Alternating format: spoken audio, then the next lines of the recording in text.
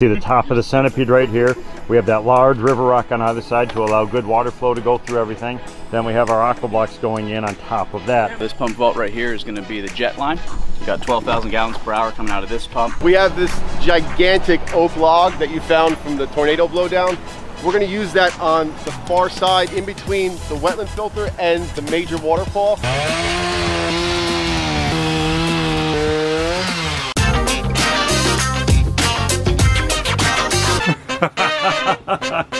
Good morning, everybody. Ed the Pond Professor here. We are deep into our recreational pond build. Got a lot of stuff done. So far what you've seen, excavation, liner going in, aqua blocks, pump intake, and a lot of stonework. We have a long way to go. We have to build a frame for a structure that's going to kind of overhang the edge of the pond. We got some plant material that we're going to bring in. We have to bring in a lot more dirt that we have to dig from the back edge of the property over here. We have more loads of stone coming in. We have waterfalls to build. We have the wetland filter to install. We have piping to put in. So there's a lot of pieces and components here. But what I want to really stress about is we have a systematic way of doing things. You heard me say this stuff before, but these are the basics for designing and building anything.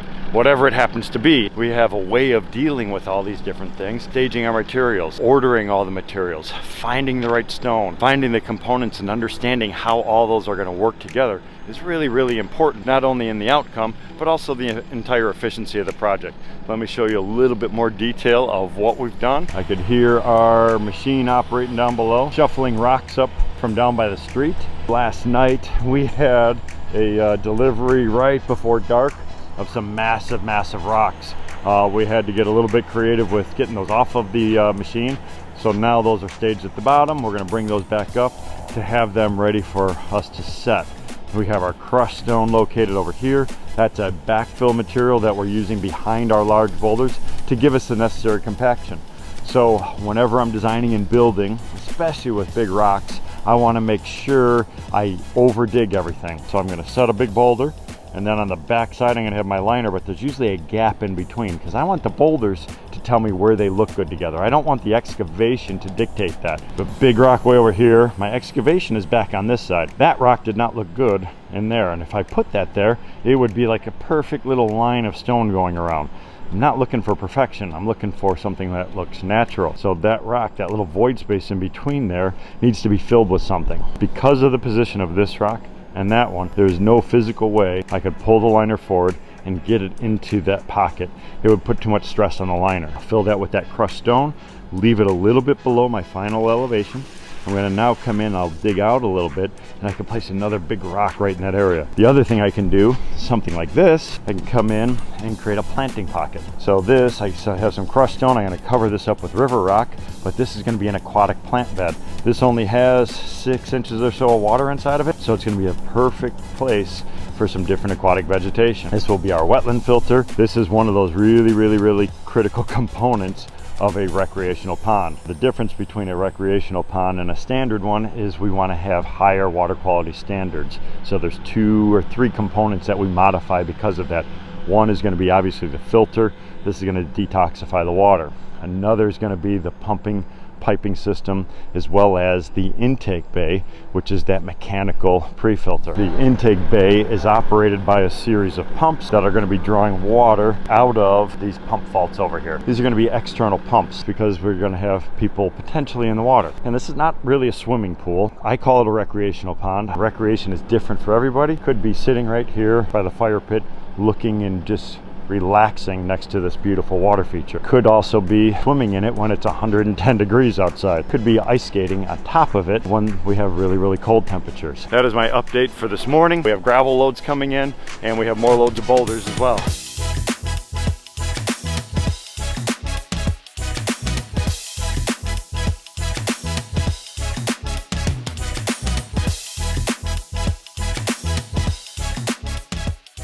Wetland filter's going in. This grade is coming up, so we're not digging down too much. So we're going to actually have to build a lot more soil up on this side, which I knew we would. I just wanted to utilize the soil from the excavation before I brought in additional soil on this side. This machine just arrived. We're going to start setting some of the bigger rocks.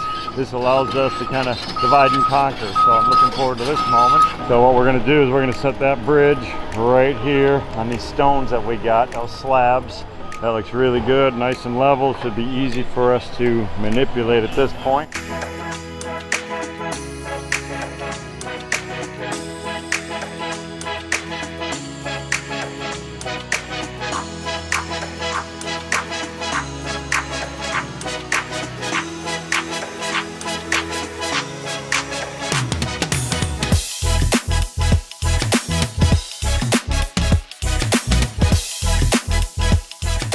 Got the team out here now, so we got all the artists of the year. Not all of them, we have some of them, but we have Jack right there, we have Alan, we have Tim Wood, we have Drew, we have Anthony, Austin's in town, so there's a bunch of us here and we are making some good progress. We got Tim and Nick over on this side doing some of the finished work, so leveling everything out, trying to do this nice little beach entry. Tim is dropping in a few more mossy rocks and things like that just to kind of fill in between some of the larger joints. The aqua blocks have been covered up with the large river rock. The reason we're going with large here is because we want to have high infiltration rate.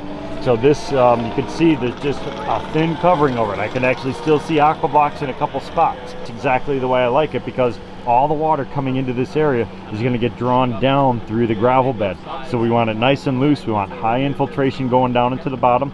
We have very specific formulas that we work with whenever we're designing and building these. This back edge, remember we had to dig this down a little bit just because it was very, very high. I didn't want to have a big giant wall of rock over here to make it look like a pit. So by doing these little layers and kind of layering everything down, it opens up the sight lines. We did the beach right here for an easy entry point, but also because of the views from the house. So as there's either sitting in the house or sitting out here on the patio, you have a nice sight line coming right down into that water, so it opens things up. So we have this really nice grouping of rock here. We're gonna have a bed of river stone going across. We have log going in, we have more big rock. So we have lots of different layers, and then over here in the background, we're gonna get some vegetation. Some of the other things that I do on my recreational ponds, I cover everything up with our heavy duty fabric. This is the same material that we'll use when we're doing zoological exhibits. This will resist animals from digging through. The other reason that we come in with that heavy fabric on top of the liner is because of the many, many tons of boulders we're setting on top, and we don't want to damage the lining. All right, we are getting ready to set that massive oak log. Let's go over, talk to Alan and Jack and see what the plan is, because that thing is going to be unbelievable. It's going over here in this back corner, right where the guys are actually getting ready to pour the concrete for the pillars that are going to hold up that beautiful deck structure. We have this gigantic oak log that you found from the tornado blowdown. We're going to use that on the far side in between the wetland filter and the major waterfall as something that goes from land side all the way down into the pond, like it fell in there initially. So, and then we can rock around it. But what we've got to do is lift it up with the big excavator, kind of place it where we think we want it. Then we're going to have to pull all the liner back and dig to make this actually fit perfectly inside the pond.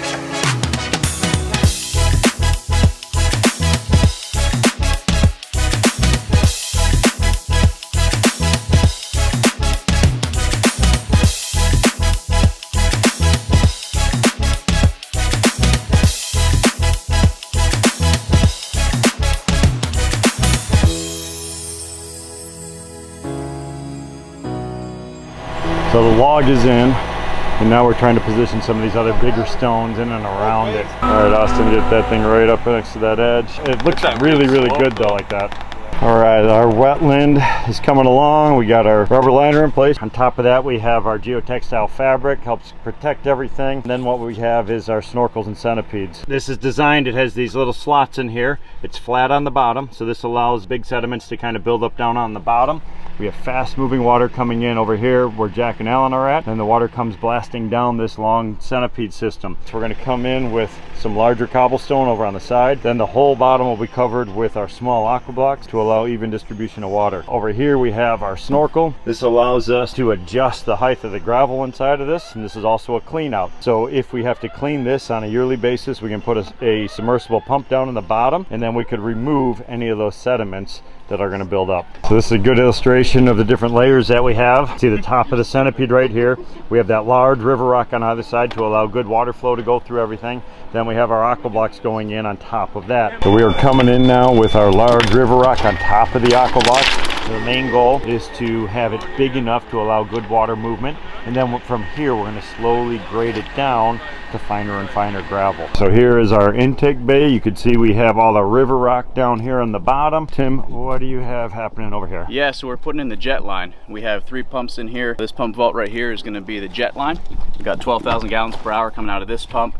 We're going to stub down with some rigid plumbing. I'm going to suck out of here. External pumps will be right here on a concrete pad. This line here is a 3-inch line, trenched all the way around. Going to bring it into the pond right here. There will be a manifold. We're going to cut it down to 4 1-inch lines and 1 2-inch line for 5 total jets. They're going to be in this pond, pushing that water this way. One on the bottom as well. We want to make sure that bottom water is getting circulated, bringing it up so that way it gets up and through this, underneath this bridge into the intake bay area.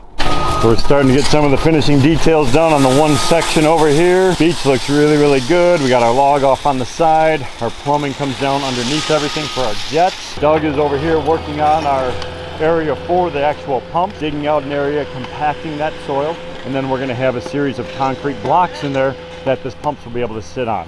Our pumps are going to arrive tomorrow, so then we'll be able to make all those connections down inside of our vault, and then we can finish up that little corner. Our goal is to keep moving in that direction. We're also coming in with our gravel. So this is all of our decorative material that is going to cover the bottom.